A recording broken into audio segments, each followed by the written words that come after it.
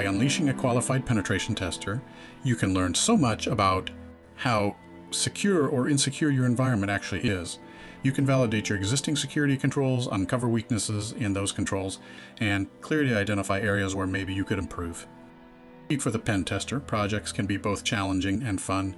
You get to exercise your skills, putting your experience to the test, and you're forced to think on your feet. You get to be creative, finding ways to deal with unexpected obstacles. You basically get to be a hacker with a built-in get-out-of-jail-free card. Everything is done above board with appropriate constraints and proper supervision to make sure nothing gets broken and that no one gets hurt. When I think about a pen test, I imagine skilled teams working together in perfect sync. A sort of high-tech choreography of ethical hacking. Combinations of research, social engineering, and a careful plan of attack that includes both physical infiltration and digital manipulation. And these types of projects do exist, but in reality, most projects go a little haywire. And like most things to do with OT, things are a little bit different, and even a pen test plays out a little differently when the target is an industrial control system.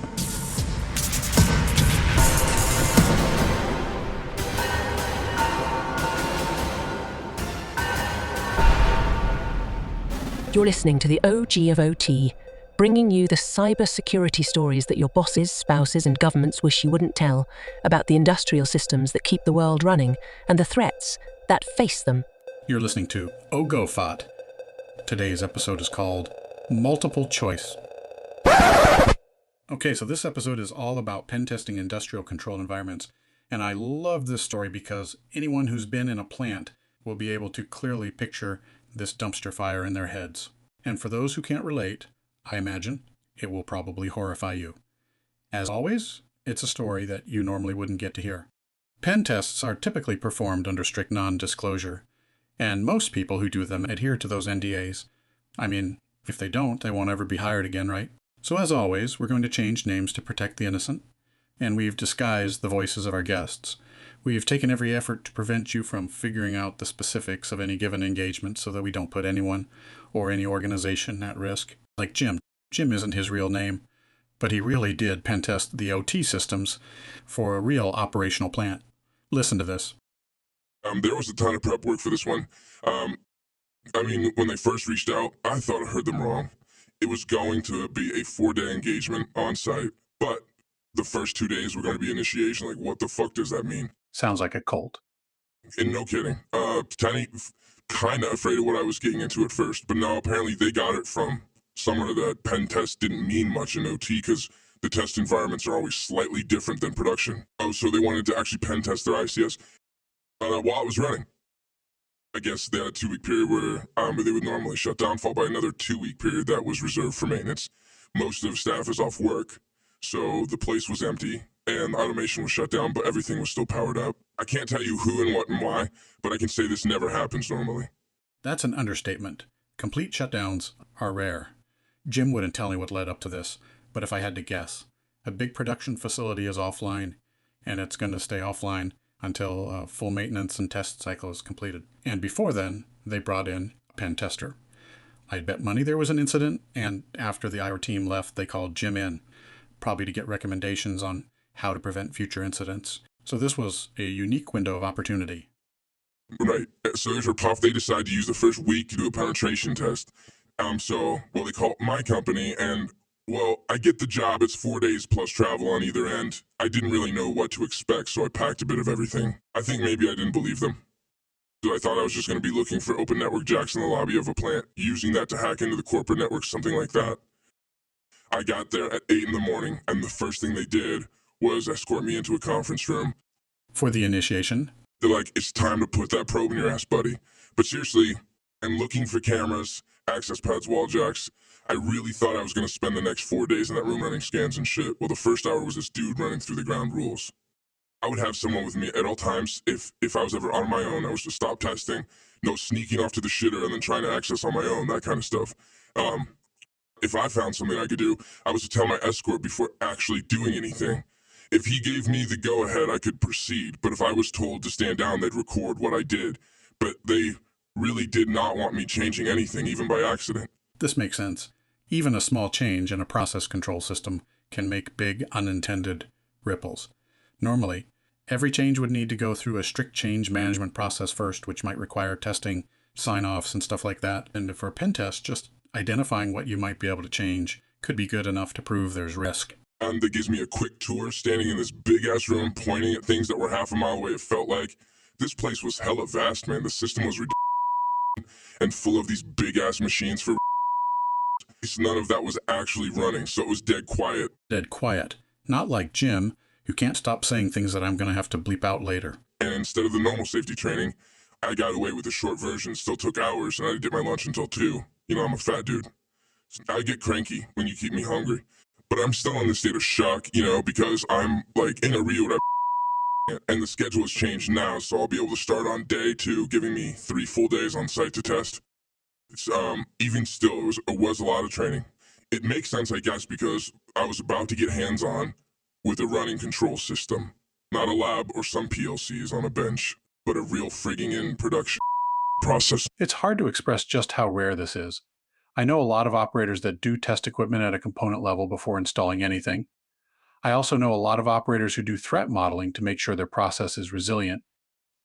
And it's hard to think of a single operator who hasn't had parts of their systems penetration tested like management consoles and other stuff at level 3 or 3.5. But to actually get your boots on the ground inside a factory, with the ability to go where you want and do what you want, while that system is for all intents and purposes still in production. So there were a number of computers that I could see.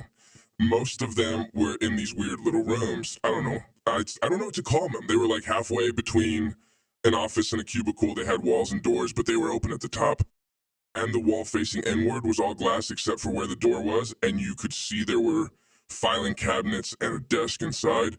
I knew my first target right away because there was a computer on that desk. I figured computer equals network, so I could plug in and map out the network, get a lay of the land, so to speak, and work from there. Please tell me the door was locked. Well, there was no roof, and the walls were only maybe 8 feet high. I figured I'd get a foot up on the door handle and just pull myself over. But because this is a pen test, I checked it out, and yeah, I could probably pick the lock, but I kind of wanted to climb over the wall just because it was such an obvious oversight. Was shadowing me, of course, so I tell him what I'm going to do. He gives me a kind of weird grin. I put down my pack and managed to get 1 foot onto the doorknob.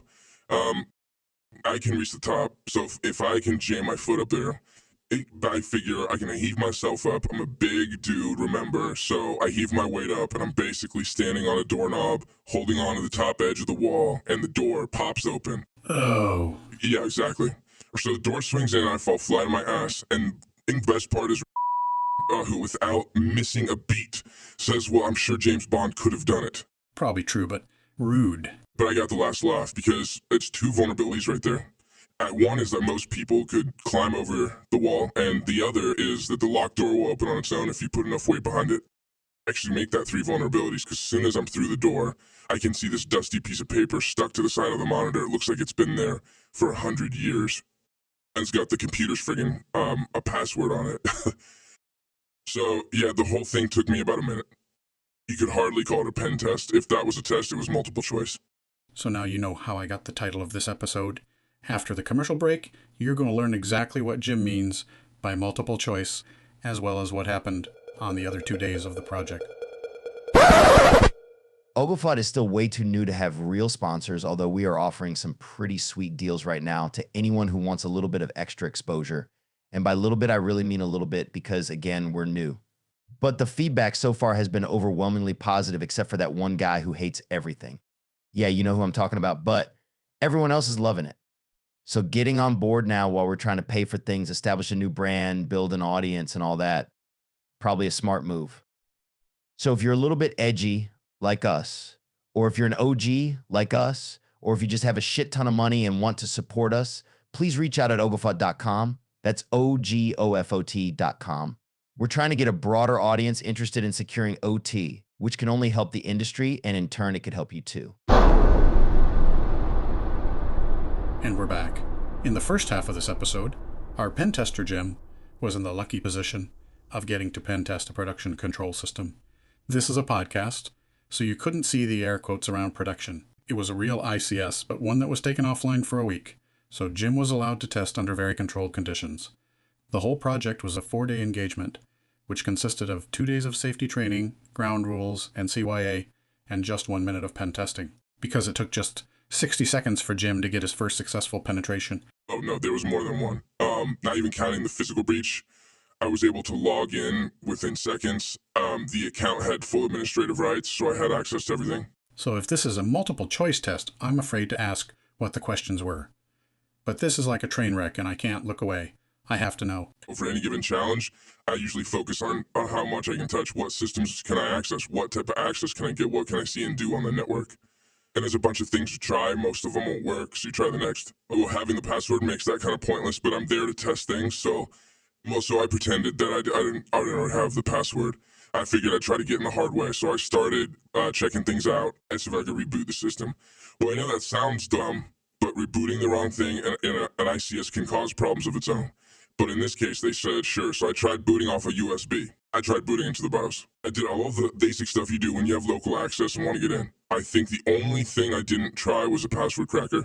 And the only reason I didn't try, that is, well, I had the password already. And while it was weak, it would have been cracked pretty instantly. Okay, explain that last one.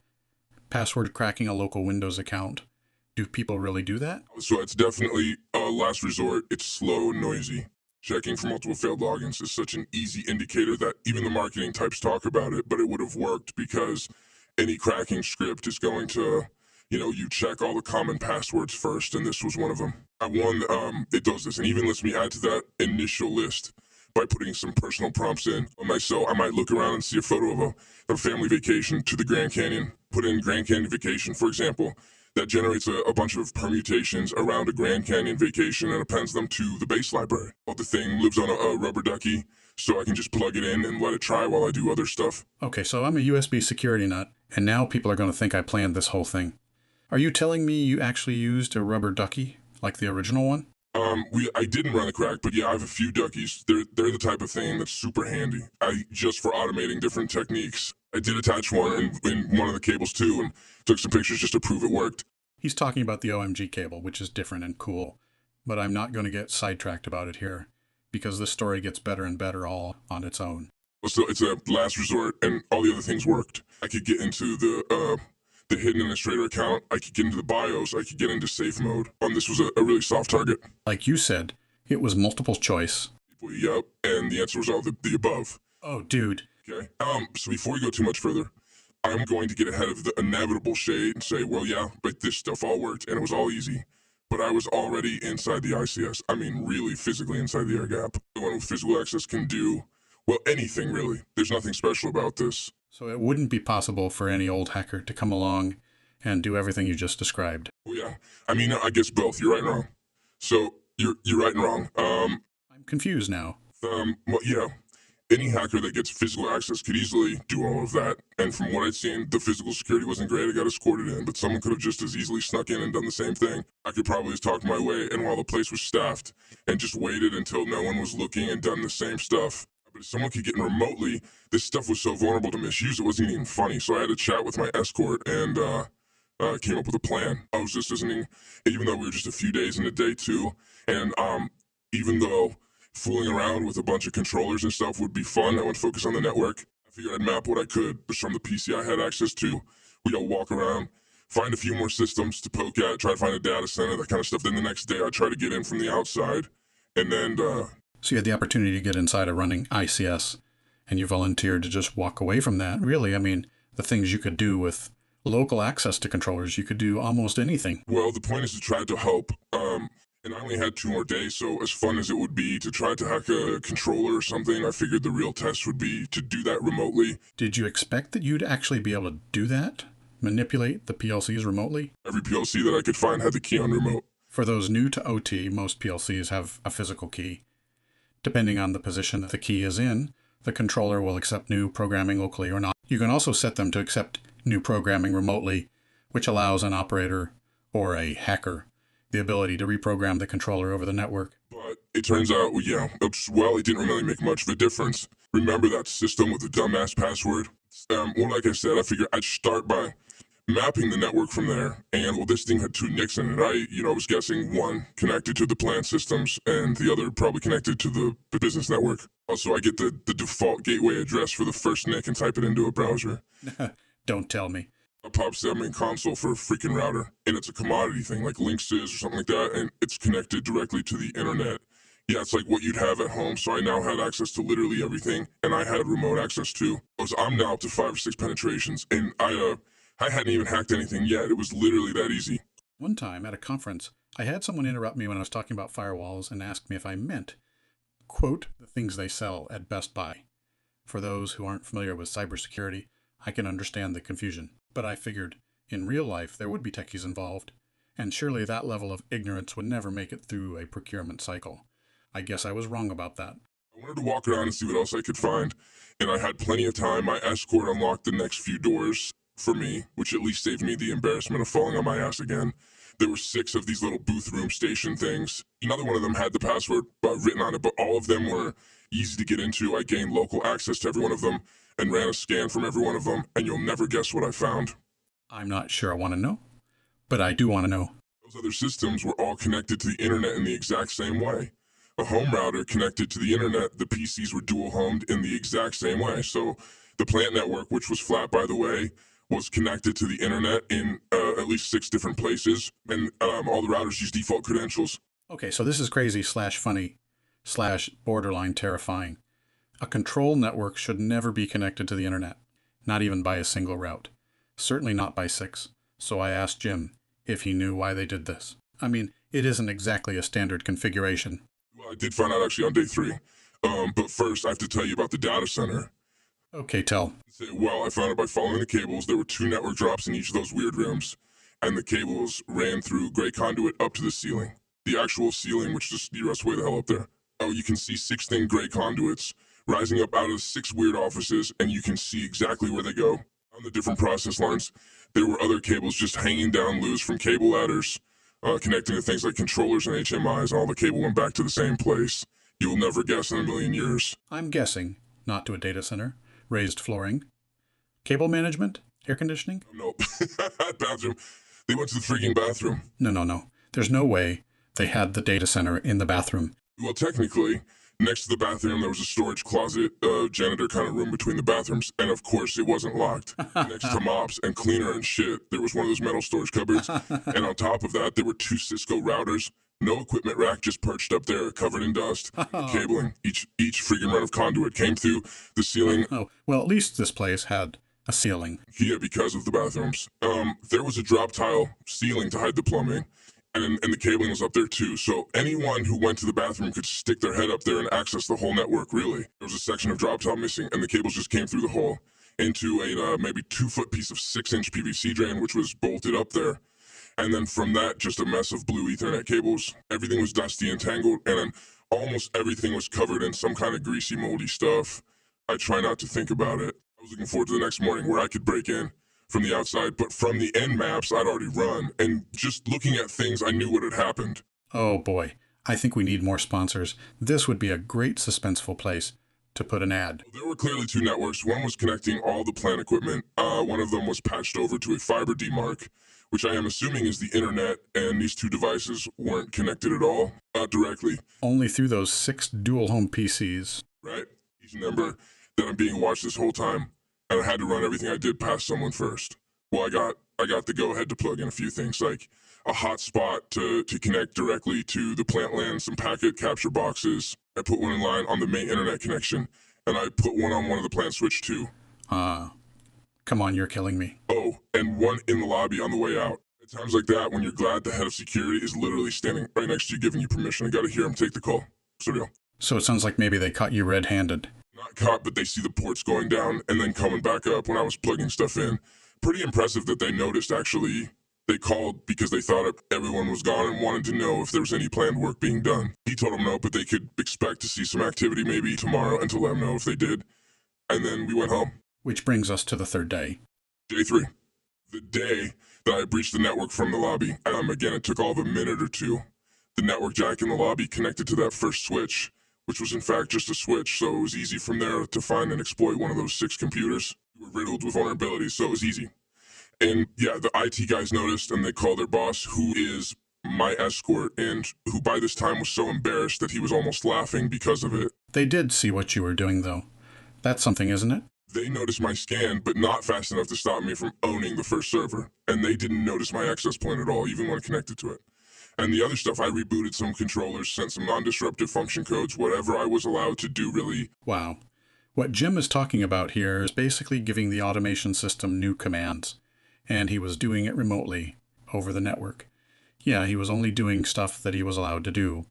But an attacker wouldn't have those constraints and could have caused real physical harm. And they didn't see that stuff at all, because the only thing they were able to monitor was, an MP on those devices and presumably some Windows logs. The plant line was dark to them, and so they didn't pay attention to it at all, which is why they didn't notice the extra traffic coming and going through my hotspot.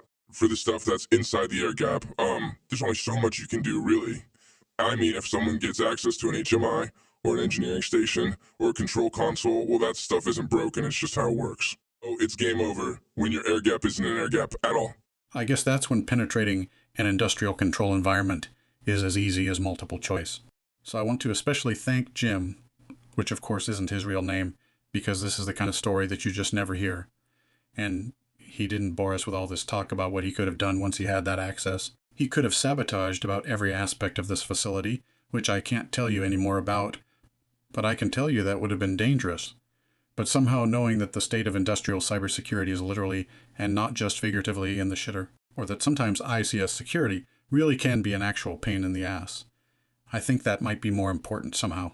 Oh, and you wanted to know why they had those 6 cheap-ass routers in those rooms. It's because they were told they need a firewall to the internet, and they were like, well, these 6 computers were connected to the internet, so they went to Best Buy and bought 6 firewalls, and they plugged them in. No firewalls rules, mind you. No, they were all just in bridge mode because that's what worked. Oh, and what did happen on day 4? I spent maybe an hour going over what I found. There were a dozen huge weaknesses that were critical, but also easy to fix. That's the good news.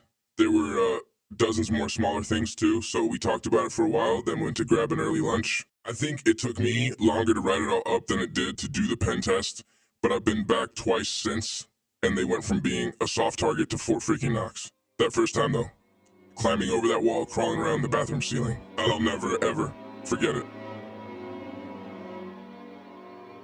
The ideas and opinions presented here are not endorsed by or associated with the OGs of OT and are not affiliated in any way with their employers or any of their business partners. All stories are true to the best extent that they could be verified and are presented here for educational and entertainment purposes. All names of individuals and corporations have been altered to protect the privacy of all involved and to protect us all from lawsuits and other forms of retaliation. Do you think you recognize a particular mannerism in one of our contributors? Do you think it would be fun to dox them? Please don't. It will just spoil the fun.